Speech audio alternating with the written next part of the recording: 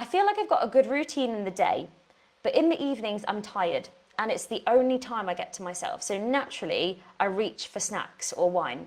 I don't know if it's the hunger, the habit, or needing some downtime. What would you suggest?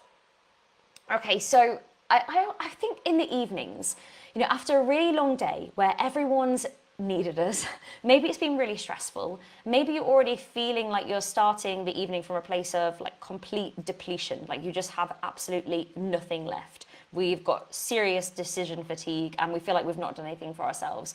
I think it's quite natural to want to reach out for something highly palatable that's going to give you some quick energy, and maybe also some wine that, you know, alcohol, in terms of what it actually is, it's a depressant, so therefore it helps you relax. So we get the fast hit, and I think that's what we're looking for then. You know, we've had a whole day of maybe feeling like we're run ragged, maybe feeling like we're just literally gasping for air and just trying to get through the day or trying to get through the week, and we just want a quick hit to make us feel more relaxed, to make us feel like we've done something nice or had a little treat for ourselves.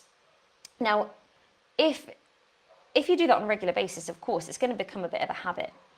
And you kind of associate that with your downtime. And then it just becomes part of your norm and part of your routine. If you definitely know that, you know, it's nothing related to hunger. If it was, you know, I genuinely feel a little bit peckish and I know I'm not making the best decisions, then that's a different conversation. That's you know, have you nourished yourself? Have you eaten 3 balanced meals throughout the day? Or have you been leaving long stretches? You know, is that something you can look at? Have you been focusing on high protein? You know, could you get some more nutritious snacks in the evening? That would be that kind of conversation. But it's a different kind of conversation.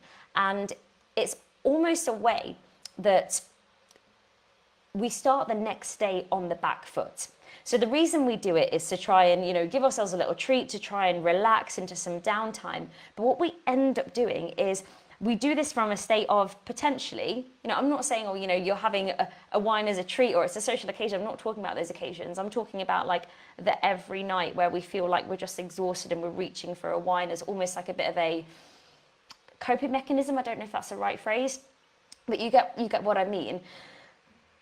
It's just a completely different thing. So what I would say is, when we're doing that because we feel depleted, because we feel like we have no energy, what we end up doing is starting the next day in the same state, because alcohol ruins our night's sleep. Like, we might get to sleep faster, but it destroys our deep restorative sleep. So we wake up on the back foot or in the same place, and actually wake up feeling like we had a rubbish night's sleep, we're feeling really sluggish, we're feeling really gross. So then later that night, it's more likely to happen again. We're going to reach for the quick snacks because we're so low on energy. Our body is craving something fast and highly palatable.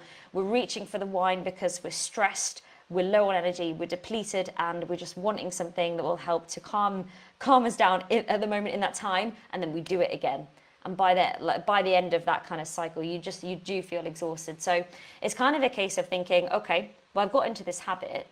Like, what do I actually need right now, and what would actually serve me? What's another way that I can, say if it's you using it to wind down or something for you, okay, what's another way that I can do this? And I'm feeling so low on energy right now. It's been a really tough day. Do you know what I'm going to do instead? Something that tomorrow me will thank me for. Play it forward. How do you want to feel in the morning? I want to wake up in the morning, I want to feel like I'm full of energy, I want to feel positive, I want to start the day on an energized note, so therefore I'm going to XYZ. I'm going to have a 15-minute bath, I'm going to make myself, something sweet but more nutritious. I'm going to have some Greek yogurt with some berries and a sprinkling of granola on top, so I've got a sweet treat, but something that is going to, you know, keep me fuller for longer, give me a bit of a protein hit, give my body something nutritious, something kind. Then I'm going to maybe relax with a decaf or herbal tea, and I'm going to get a decent night's sleep. And then I'm going to wake up the next day and I'm going to feel good. And guarantee you'll feel a million times better than the alternative. So it's just a case of kind of putting a full stop in it and just saying, well, okay, just halt a second and think about what's going on. What do I actually need? Play it forward. How do I want to feel the next day? Because it's really, I think, habit loops like that you can really easily slip into them. And the best way to do it is putting a stop in it. And sometimes when we're in a habit loop, even something so simple as, say if you're somebody who you snack every night after your dinner, if you have a seat on the sofa, that night sit somewhere else And it just stops that habit loop. It makes you stop and reflect, because all of a sudden you're not in your normal routine.